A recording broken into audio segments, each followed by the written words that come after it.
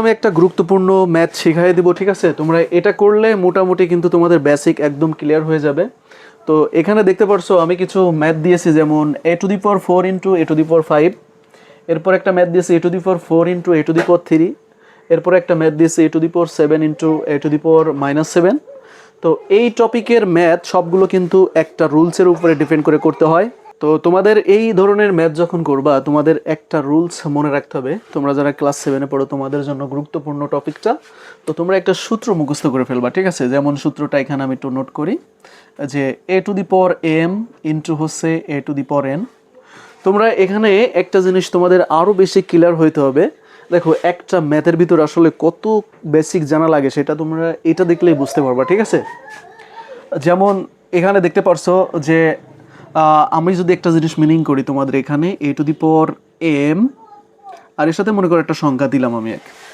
তো আমরা জানি এটা হচ্ছে সংখ্যা আর এটা হচ্ছে অক্ষর, এবং এই মাথার উপরে যেটা থাকে সেটাকে আমরা সাধারণত ঘাত বলে থাকি বা পাওয়ার বলে থাকি, ঠিক আছে?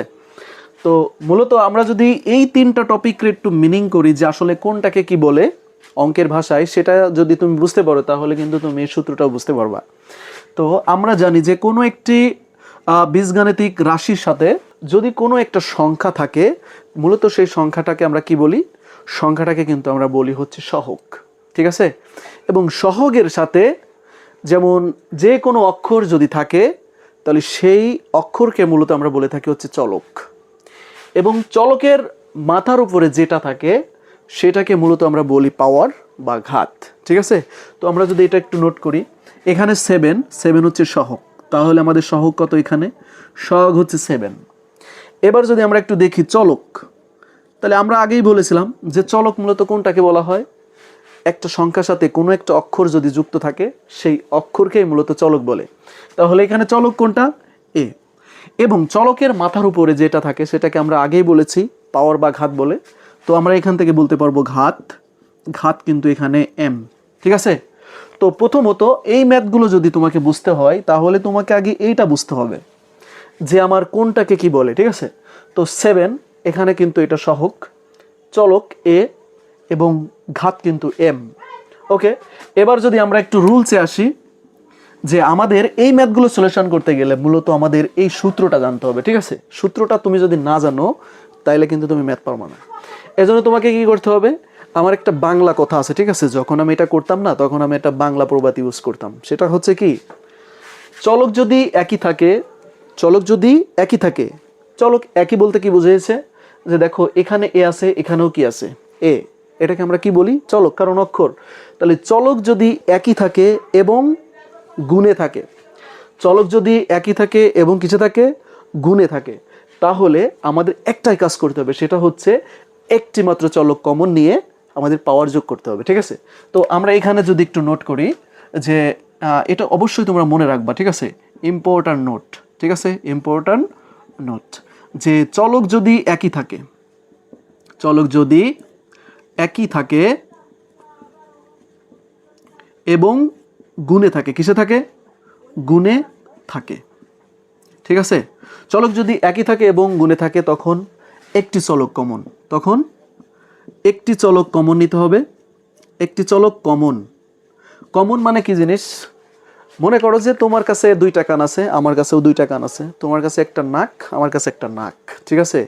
মনে করো যে তোমার 2টা চোখ আছে, আমার একটা চোখ আছে, তাহলে বলো তো তোমার কাছে আর আমার মধ্যে কমন কি জিনিস?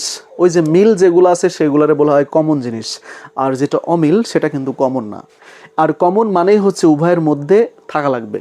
যেমনটা দেখো, চলক এ, চলক এ দুইজনের মধ্যেই কিন্তু আছে, এই জন্য মূলত এই দুইজন কমন। তাই বলা হচ্ছে চলক যদি একই থাকে এবং গুণে থাকে তখন একটি চলক কমন নিতে হবে আমাদের, ঠিক আছে? একটি চলক কমন হবে, একটি চলক কি হবে? কমন, ঠিক আছে? এবং পাওয়ারগুলো কি হবে? যোগ, এবং পাওয়ার যোগ, এবং পাওয়ার যোগ করতে হবে, যোগ করতে হবে। ওকে, তাহলে পাওয়ার কি করতে হবে? যোগ করতে হবে। এবার তুমি দেখো, চলক যদি একই থাকে এবং গুণে থাকে, দেখো এটা গুণে আছে, তাহলে আমরা কি করব? আমাদের ভাষা অনুযায়ী একটা চলক কমন, দুইজন থেকে আমরা একজনকে নিব, এবং গুণে থাকার কারণে আমাদের মাথার উপরে যে পাওয়ার থাকবে না সেটাকে অনলি যোগ করে দিলে কিন্তু শেষ। তাহলে আমরা কি করব? এম আছে আর এন আছে 2টা পাওয়ার, তাহলে আমরা এই দুইজনকে কি করব, যোগ করব, m প্লাস n। তোমরা যদি এই সূত্রটা মুখস্থ করতে পারো তাহলে কিন্তু ওই জায়গার যতগুলো ম্যাথ দিয়েছি সবগুলো তুমি পারবা, ঠিক আছে। যেমন a to the power m into a to the power n, তাই আমরা কি করলাম, চলক যদি একই থাকে এবং গুণে থাকে তখন একটি চলক কমন নিয়ে পাওয়ার আমাদের যোগ হবে, তাই আমরা একটা কমন নিলাম এবং পাওয়ার কি করলাম, যোগ। ওকে, ডান। এই সূত্রটা মুখস্থ করব আমরা। করার পরে আমরা যদি এখন ম্যাথের সলিউশনে আসি, দেখো তোমাকে আমি কি শিখিয়েছি, চলক যদি একই থাকে এবং কিসে থাকে, গুণে। চলক যদি একই থাকে এবং কিসে থাকে, গুণে থাকে, তাহলে আমাদের কাজ হবে কি, একটা চলক কমন নেওয়া, একটা চলক কমন নেওয়া এবং পাওয়ার দুইজনকে কি করা, যোগ করা। তাহলে দেখো 4 প্লাস 5, তাহলে তুমি একটু হিসাব করো, এ 4 যোগ 5 কত হয়, তুমি নিশ্চিত একবারে বলে দিতে পারবা, 9। তাহলে তুমি এখানে ইংলিশে লিখবা 9। ওকে, ম্যাথ কিন্তু শেষ। এর পরবর্তীটা আমাদের দেখো এখানে কি দিছে, চলক যদি একই থাকে এবং গুণে থাকে পাওয়ার যোগ তোমাকে শিখিয়েছি। তাহলে এখানে দেখো চলক এ আছে, এখানেও চলক কি আছে, এ।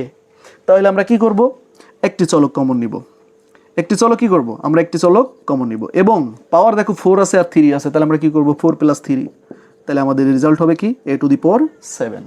ওকে, এবার পরেরটা যদি আমরা একটু খেয়াল করি, পরেরটা দেখো আমাদের এখানে চলক এ আছে, এখানেও চলক এ আছে, ওকে, এবং গুণে আছে, ওকে। তাহলে আমরা কি করব, একটি চলক কমন নিব, ঠিক আছে। একটি চলক কমন নেওয়ার পরে আমাদের কথা ছিল কি, গুণ থাকলে পাওয়ার যোগ। তাহলে আমরা কি করব, এটা প্লাস 7, যেহেতু আমরা যোগ করব তাই আমরা যোগ বসাই। আর এখানে দেখো একটু খেয়াল করো, এখানে কিন্তু মাইনাস নিয়ে আসে, তাহলে ওইটা কিন্তু মাইনাস সহ বসবে। দেখো আমি প্লাস করতে হবে তাই প্লাস দিয়েছি এবং মাইনাস চিহ্ন আছে তাই আমি মাইনাস এটা ব্র্যাকেটে লিখলাম। এবার আমরা সবাই জানি 7 করতে 7, আমরা জানি এটা কিন্তু প্লাসে মাইনাসে গুণের সম্পর্কে আছে, কিসের সম্পর্ক, গুণ। আর আমরা জানি প্লাসে মাইনাসে যখন গুণ করা হয় তখন কি হয়, রেজাল্ট মাইনাস। তুমি এটা কিন্তু ছোটবেলা থেকেই জানো যে প্লাসে মাইনাসে কি হয়, মাইনাস, -7।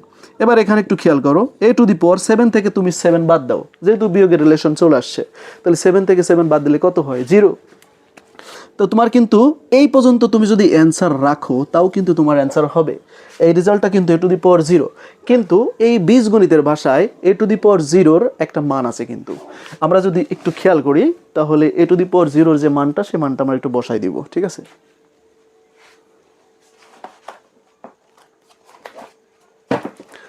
তো আমরা এখানে একটু মুছে দিই, তোমাদের আরও একটা সূত্র আমি শেখাই, সেটা হচ্ছে 2 নম্বর সূত্র, যে a টু দি পাওয়ার 0, ঠিক আছে। তুমি একটা জিনিস মনে রাখবা, কোনো কিছুর পাওয়ার যদি ডিরেক্টলি 0 চলে আসে তাহলে তাদের মান 1, তাদের মান কত, 1। এটা সূত্র তোমার মুখস্থ রাখতে হবে, a টু দি পাওয়ার 0 মানে 1। কারণটা কি, আমরা জানি a ইজ নট 0, কারণ এর মান কখনো কিন্তু 0 হইতে পারবে না। এই জন্যই মূলত আমাদের কাজটা হলো কি, সূত্র a to the power 0 equal to কত, 1। অর্থাৎ মনে করো যে আমার মাথার উপরে একটা শূন্য আছে, তাহলে তোমাকে যদি কেউ বলে স্যার আপনার মাথার উপর একখান 0 আছে, তাহলে আপনার মান কত, চোখ বুঝে, একদম চোখ বুঝে বলে দেবা 1, কত হবে, 1। তাই আমরা এই সূত্রটা একটু মজা চলে মুখস্থ রাখবো, যে মনে করো যে একটা বাড়ির পরে একটা তাল গাছ আছে, তাল গাছের মাথার পরে মনে করো একটা শূন্য আছে, ঠিক আছে। তাহলে তাল গাছের মান কত, ডিরেক্টলি ভাই কি বলবা তুমি, 1 বলবা, ঠিক আছে। ওকে, a to the power 0 equal to 1, শর্ত কি, a ইজ নট 0, এর মান কখনো 0 হইতে পারবে না, সেই শর্তে। তাহলে আমরা a টু দি পাওয়ার 0 যদি কোনো কিছুর মান পাইয়ে থাকি তাহলে আমরা ডিরেক্টলি অ্যান্সার কি দিতে পারবো, 1 দিতে পারবো। এখন তোমাকে যদি এটা টিকে দেয়, তুমি দেখবা 1 দিছে নাকি a টু দি পাওয়ার 0 দিছে, দুইটার যে কোনো একটা থাকলে একটা চয়েস করে দিবা অপশনে, ঠিক আছে। ওকে, তো বিষয় হচ্ছে কি, ক্লাস 7-এর আমাদের রানিং ব্যাচ রয়েছে, ঠিক আছে। রানিং ব্যাচ আমি কন্টিনিউ করছি ঈদের পূর্বে থেকেও, আর ঈদের পরে আমরা আগামীকালকে থেকে শুরু করব। তোমরা যারা ক্লাস 7-এ পড়ো, ম্যাথে দুর্বল রয়েছো, বিজ্ঞানে দুর্বল আছো, আইসিটিতে দুর্বল আছো, তারা কিন্তু আমাদের রুবেলস ম্যাথ অ্যান্ড আইসিটি কেয়ারে তোমরা কিন্তু পড়তে পারো। আমি এই ম্যাথটা যেভাবে তোমাদের বেসিক ধরে ধরে বুঝিয়েছি, আমার পড়ানোর স্টাইলটাই কিন্তু এমন। তো তোমরা এরকম ম্যাথ শিখতে চাইলে অবশ্যই তোমাদের কিন্তু আমাদের ব্যাচে পড়তে হবে, ঠিক আছে। তো ব্যাচে পড়তে কি করবা, তোমরা ব্যাচে পড়তে আমার এই নম্বর একটু যোগাযোগ করবা, 01781935112, ঠিক আছে। এই নাম্বারে হোয়াটসঅ্যাপ রয়েছে, আপনারা তোমরা চাইলে কিন্তু আসলে এটাও যোগাযোগ করতে পারো, ঠিক আছে। বিশেষ করে তোমরা তো ক্লাস 7-এ পড়ো, তোমরা তো ওইভাবে আর কি ফোন বা মোবাইল ইউজ করো না, তোমাদের অভিভাবক হয়তো বা এই ভিডিওটা দেখবে। তোমাদের অভিভাবক যদি ভিডিওটা দেখে, আপনাদের উদ্দেশ্যে আমার একটাই কথা, আপনারা যদি গণিতে ছেলেকে পাকাপোক্ত করতে চান তাহলে অবশ্যই কিন্তু আসলে এরকম বেসিক সহ আপনার ছেলেকে বোঝাইতে হবে, মেয়েকে বোঝাইতে হবে, তাইলেই কিন্তু সে গণিতে অনেক ডেভেলপ করতে পারবে। তো গণিতে যদি ভালো করতে হয় তাহলে অবশ্যই আপনারা এই নাম্বারটাতে যোগাযোগ করতে পারেন। সবাই ভালো থাকবেন, এর পরবর্তী ক্লাস নিয়ে আবারও দেখা হবে, সবাই ভালো থাকবেন, আসসালামু আলাইকুম। ওকে।